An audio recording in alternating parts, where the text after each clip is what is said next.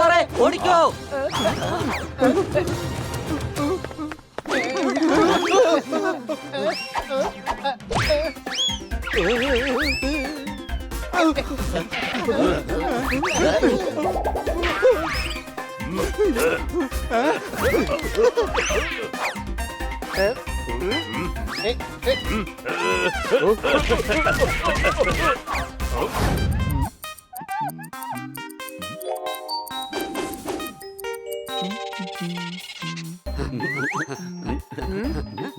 ആഹാ കുട്ടികളെ, കന്നാ സാറേ, അങ്ങേക്ക് വേണ്ടി മാഡം പ്രാതൽ കൊടുത്ത് അയച്ചിട്ടുണ്ട്.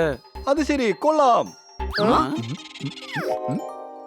കന്നാ സാറേ, സാർ എന്തിനാ അലാറം ക്ലോക്ക് സാറിന്റെ കൈ കെട്ടിയിരിക്കുന്നേ? പ്ലംബറിനെ വിളിക്കേണ്ടി വരും. സിങ്ക് ബ്ലോക്കാ. ഇത് സാധാരണ ക്ലോക്ക് അല്ല, സ്പെഷ്യൽ ക്ലോക്കാ. അടി കൈ അടിക്കാം, പക്ഷെ അത് ഇത് പറ, ഇതിനെന്താ എത്ര സ്പെഷ്യാലിറ്റി ഉള്ളത്? എന്റെ പോപ്പറ്റ് ഇത് വല്യച്ഛൻ ഉണ്ടാക്കിയതാണ്. ഇത് വെച്ച് നമുക്ക് ട്രാവൽ ചെയ്യാൻ പറ്റും. ഇത് വല്യച്ഛൻ എനിക്ക് സൂക്ഷിക്കാൻ വേണ്ടി തന്നതാണ്. എവിടെ? ഞാനൊന്ന് കാണട്ടെ. ഒന്ന് നിക്കട്ടെ ബണ്ണി. ഇത് അപൂർവവും വിലപ്പെട്ടതുമായ വാച്ചാണ്. ഞങ്ങൾക്ക് അത് കാണണം. ഒന്ന് നിക്കണോ അവിടെ? എന്റെ പിള്ളേരെ, ഇത് കളിപ്പാട്ടൊന്നും അല്ല. ടൈം ട്രാവലർ ഒരു പ്രത്യേക സാധനമാണ്. എന്തായാലും ഞങ്ങളും അത് കണ്ടേ മതിയാകൂ. അയ്യോ, ഒടിഞ്ഞു പോയേ. അയ്യോ, വാച്ച് ഒടിഞ്ഞു പോയോ? മീൻ വെക്കുന്ന ചട്ടിയാ പൊട്ടിയത്. വാച്ചല്ല പിള്ളേരെ, എന്റെ നടുവാ ഒടിഞ്ഞത്. നിൽക്ക്, ഞങ്ങൾ നിങ്ങളെ സഹായിക്കാം.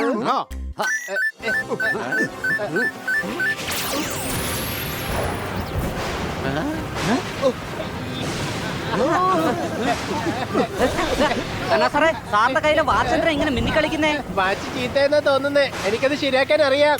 ഒന്നും ചെയ്യണ്ട പിള്ളേരെ. അബദ്ധത്തിൽ സ്വിച്ച് എങ്ങാനും മാറിപ്പോയാൽ നമ്മൾ പിന്നെ വേറെ യുഗത്തിലെത്തും.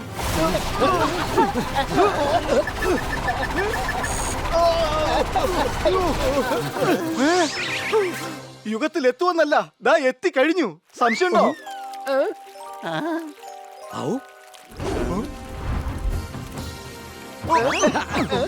ഇത് ടൈം ക്ലോക്ക് ഒന്നും അല്ല, മാജിക് ക്ലോക്ക് ആണ്. ഇതാ കണ്ടില്ലേ, ഖന്ന സാറിന്റെ വീടിനത് ഒരു കൊട്ടാരമാക്കി മാറ്റി.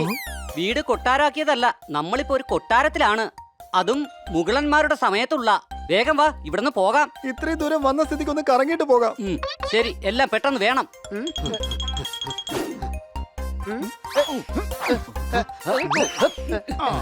കൊള്ളാം. എന്ത് മനോഹരായിട്ടുള്ള കൊട്ടാരം ഇത്. വാവ്, കൊള്ളാം. വളരെ വലുതാണ്. അല്ല, ഇതാരാണ്?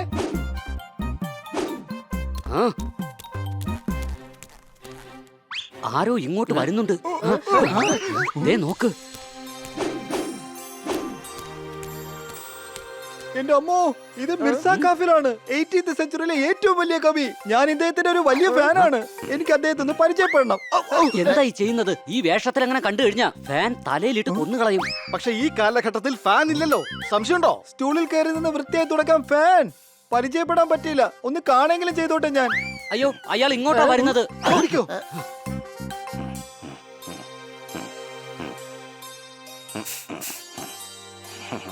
മഴ കാത്തു നിൽക്കുന്നതാണ് വേഴാമ്പൽ, കുളത്തിൽ വളരുന്നതാണ് അല്ലിയാമ്പൽ. കാണുന്ന പൂക്കൾക്കെല്ലാം വർണ്ണമേറെ, ദൈവത്തിന്റെ കൊട്ടാരത്തിൽ അംഗങ്ങളുമേറെ. അടിപൊളി. അയ്യോ, അല്ല, ഈ ശബ്ദം ഇത് എവിടുന്നാ കേൾക്കുന്നത്? പ്രശംസ കേട്ട് കേട്ട് ശീലിച്ച് ഇപ്പൊ എന്ത് കേട്ടാലും പ്രശംസ കേൾക്കുന്നത് പോലെയാ എനിക്ക് തോന്നുന്നത്. ഇന്നത്തെ കവിതയും നന്നായിട്ടുണ്ട്. ഇത് നേരെ ദർബാറിൽ അവതരിപ്പിച്ച ബാദുഷയ്ക്ക് സന്തോഷമാവും. അതേ, കവിത ചൊല്ലാൻ പോവുകയാണ്. ചൊല്ലിക്കോട്ടെ. സാർ ആ ബട്ടൺ ഒന്ന് അമർത്ത്, നമുക്ക് വേഗം തിരിച്ചു പോകാം. എനിക്കും ദർബാറിൽ പോയി സുൽത്താനെ കാണണം. എനിക്ക് അവിടെ നടക്കുന്ന പരിപാടിയിൽ തീർച്ചയായിട്ടും പങ്കെടുക്കണം. കന്നാ സാറേ, നമ്മൾ കൊടുക്കും. ഒരിക്കലും പിടിക്കപ്പെടില്ല.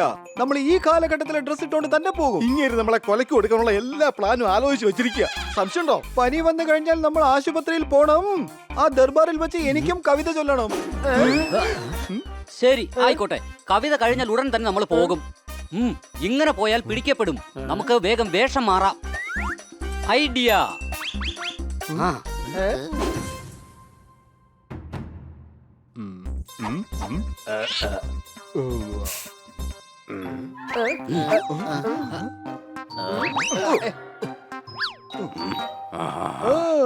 സുൽത്താൻ ദർബാറിലേക്ക് ആഗതനാവുകയാണ്. എന്നാ പിന്നെ കവിത ചൊല്ലൽ ആരംഭിക്കാം. ഇത്രയും ലൈറ്റ് ഉണ്ടായിട്ട് പോലും സുൽത്താന് മറ്റുള്ളവരെ കാണാൻ ഒരു മെഴുതിരിയുടെ ആവശ്യം വേണ്ടി വന്നു. കഴുതേ, ഇതിനെ ഷമായി മെഹഫിൽ എന്നാണ് പറയുന്നത്. ഇത് കൊണ്ടുപോയി ആരുടെ മുന്നിൽ വെക്കുന്നോ അവരാണ് കവിത ചൊല്ലേണ്ടത്. കൂട്ടുകാരെ, അത് ആരുടെ മുമ്പിലെങ്കിലും കൊണ്ടുപോയി വെച്ചോട്ടെ. കന്നാ സാറ് കവിത ചൊല്ലിക്കഴിഞ്ഞാൽ നമ്മൾ ഇവിടെ നിന്ന് ഉടനെ പോകും. ഇവരുടെ ശ്രദ്ധ പിടിച്ച് പറ്റണമെന്നുണ്ടെങ്കിൽ ഇടയ്ക്കിടയ്ക്ക് ഒരു കമന്റ് പാസ്സാക്കിയേ മതിയാകൂ. ഒരു മനോഹരമായ ഗസലിന്റെ കുറച്ച് വരികൾ കവിതയായിട്ട് ചൊല്ലാൻ ഞാൻ. അങ്ങനെയാവട്ടെ. സുഗന്ധത്തിന്റെ നാളുകൾക്കല്ലോ വസന്തം എന്ന പേരിട്ടിരിക്കുന്നത്. വസന്തമാണല്ലോ പൂക്കളിൽ സുഗന്ധം ചാലിച്ചിരിക്കുന്നത്. ആഹാ. എന്തൊരു നല്ല കവിതയാണ്. സുഗന്ധത്തിന്റെ നാളുകൾക്കല്ലോ വസന്തം എന്ന് പേരിട്ടിരിക്കുന്നത്. വൈക്കോല് കൊടുത്തിട്ടാണല്ലോ പശു പാല് തരുന്നത്. മിക്കവാറും ഈ പരിപാടിക്ക് ശേഷം നമ്മൾ ജയിലിൽ പോകേണ്ടി വരും. കഥകളെല്ലാം പഴങ്കഥകളായി മാറിയിരുന്നു ഒരു കാലഘട്ടത്തിൽ. ഇന്ന് ആ കഥകളൊക്കെ വെറും കെട്ടുകഥകളായി മാറിയിരിക്കുന്നു നമ്മുടെ നാട്ടിൽ. ആഹാ, കൊള്ളാം, നന്നായിരിക്കുന്നു. ബലേ ഭേഷ്. ആഹാ, എന്തൊരു നല്ല കവിത. കഥകളെല്ലാം പഴങ്കഥകളായി മാറിയിരുന്ന ഒരു കാലഘട്ടത്തിൽ വീട്ടിൽ ഞാൻ ഗോട്ടിയിട്ട് വയ്ക്കുമായിരുന്നു ചെപ്പിൽ. അടികൈ. കവിത ചൊല്ലാൻ ഇനി ദർബാറിലേക്ക് വരാൻ പോകുന്നത് നമ്മുടെ എല്ലാവരുടെയും പ്രിയപ്പെട്ട കവിയായ ഹഫീം ഷായാണ്. ഈ കന്നാ സാറിന് എപ്പോ വിളിക്കുമെന്ന് ഒരു പിടിയും കിട്ടുന്നില്ലല്ലോ. വളരെ നന്ദിയുണ്ട്. എല്ലാവരും ശ്രദ്ധിച്ച് കേൾക്കണം. കാരണം വളരെ മനോഹരമായ കവിതകൾ ഞാൻ എപ്പോ ചൊല്ലുമെന്നുള്ളത് എനിക്ക് തന്നെ അറിയില്ല. കാലാകാലങ്ങളിൽ മനുഷ്യന്റെ മാറ്റം വെറും മിന്നൽ പോലെ. ഞാൻ എന്റെ മനസ്സെന്ന പുസ്തകത്തിൽ കുത്തിക്കുറിക്കുന്ന കവിതകളും അതുപോലെ. കൂടാതെ തുമ്മുമ്പോൾ ഞാൻ എപ്പോഴും വിചാരിക്കും അസുഖം എന്തെങ്കിലുമാണോ കൊറോണയെ പോലെ. കന്നാ സാറ് എന്തൊക്കെയാ പറഞ്ഞോണ്ടിരിക്കുന്നേ? വിശേഷ ദിവസങ്ങൾ ആഘോഷിക്കാറുണ്ട് എന്നും നമ്മുടെ നാട്ടിൽ. സംഗീതം എന്ന മൂന്നക്ഷരം ചുരുക്കി പറയാൻ നമുക്ക് പാട്ടിൽ. ആഹാ, മനോഹരമായ കവിതയാണ്. വിശേഷ ദിവസങ്ങൾ ആഘോഷിക്കാറുണ്ട് എന്നും നമ്മുടെ നാട്ടിൽ. പോപ്കോൺ കഴിക്കാം, സിനിമ കാണാം എന്നും നമ്മുടെ വീട്ടിൽ. കൂട്ടുകാരെ, കന്നാ സാറിന്റെ അവസരം വന്ന് കവിത ചൊല്ലി തീർക്കാതെ ഇവിടെ നിന്ന് പോകാൻ പറ്റില്ല. നമ്മൾ പിടിക്കപ്പെടാതിരുന്നാ മതി. ഭാഗ്യത്തിന് അയാളിതാ ആ വിളക്ക് അങ്ങോട്ടാ കൊണ്ടുപോകുന്നത്. ഇനി ഞാൻ അടുത്തതായി ഇവിടേക്ക് വരവേൽക്കുകയാണ്. ഇനി ആരെങ്കിലും വരവേൽക്കാനുണ്ടെങ്കിൽ വീട്ടിൽ പോയിട്ട് വരവേറ്റാ മതി.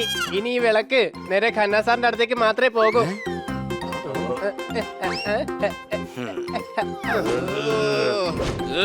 ആരാണ് ഈ വിവരദോഷി? വിവരദോഷിയല്ല, ഞാൻ ഹണിയാണ്. ക്ഷമിക്കണം ഗുസൂർ, ഇതാണ് ഖന്ന. ഇദ്ദേഹം പുതിയതായി വന്നിരിക്കുന്ന കവിയാണ്. ഇദ്ദേഹത്തിന് അവസരം നൽകൂ. ഹണിയുടെ തെറ്റുകൾ ക്ഷമിച്ച് മാപ്പ് നൽകിയാലും. ശരി, ക്ഷമിച്ചിരിക്കുന്നു. അതായത് എന്റെ ഈ ദർബാറിൽ എല്ലാവർക്കും അവസരം ലഭിക്കാറുണ്ട്. പുതിയ കവിക്ക് സ്വന്തം കവിത ചൊല്ലാവുന്നതാണ്.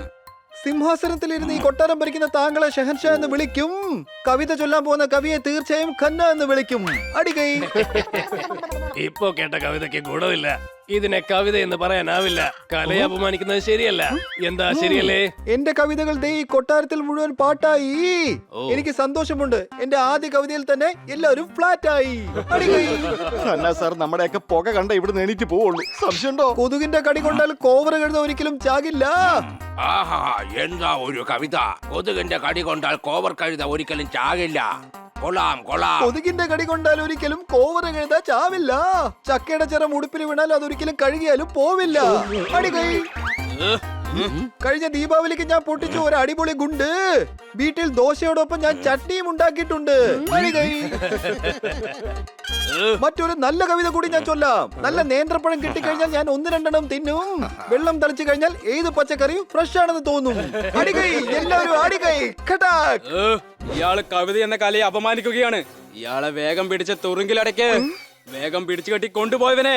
ഇദ്ദേഹത്തോട് ദയവ് ചെയ്ത് ക്ഷമിച്ചാലും ഹുസൂർ. പക്ഷെ തമാശ രൂപത്തിൽ കവിത പറയാൻ കഴിയുന്നതും ഒരു കലയല്ലേ. ഇദ്ദേഹം ആ കാര്യത്തിൽ അഗ്രഗണ്യനാണ്. അല്ല, ഇയാളുടെ കവിതകൾ ഭോഷത്വമാണ്. വേഗം പിടിച്ചു കെട്ടു ഇവനെ. കന്നാ സാറേ, ഓടിക്കോ.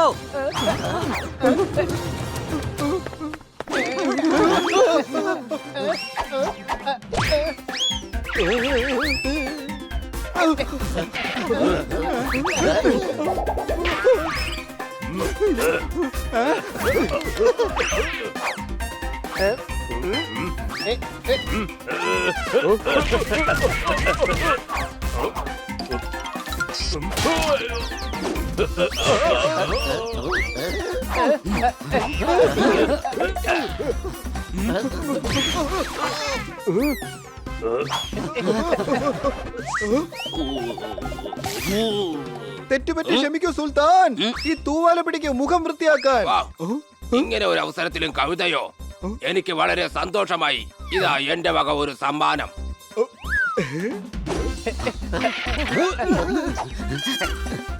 കന്നാ സാറേ,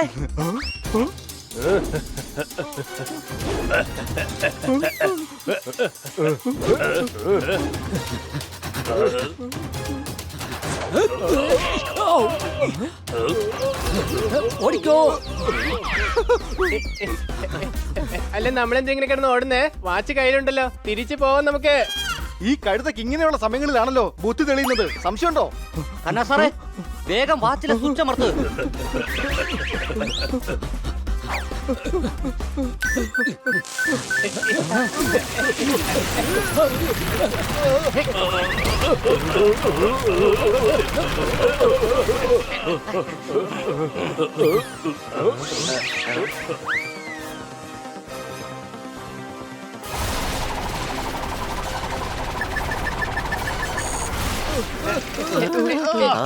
നമ്മൾ എങ്ങനെ രക്ഷപ്പെട്ടു?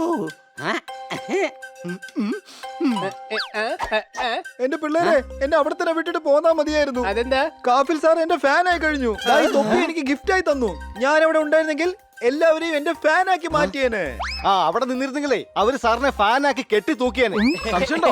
എന്തായാലും അദ്ദേഹത്തിന് മുന്നിൽ എനിക്ക് എന്റെ കവിതകളൊക്കെ ചൊല്ലാൻ പറ്റിയല്ലോ. പിന്നെ കാഫിൽ സാറിന്റെ ഈ തൊപ്പിയും കിട്ടി. കൊച്ചളിയ, എനിക്ക് ഡൈനോസറിനെ കാണാൻ ഒരുപാട് ആഗ്രഹമുണ്ട്. നമുക്ക് ഒന്നുകൂടി ഒന്ന് പോയിട്ട് വന്നാലോ?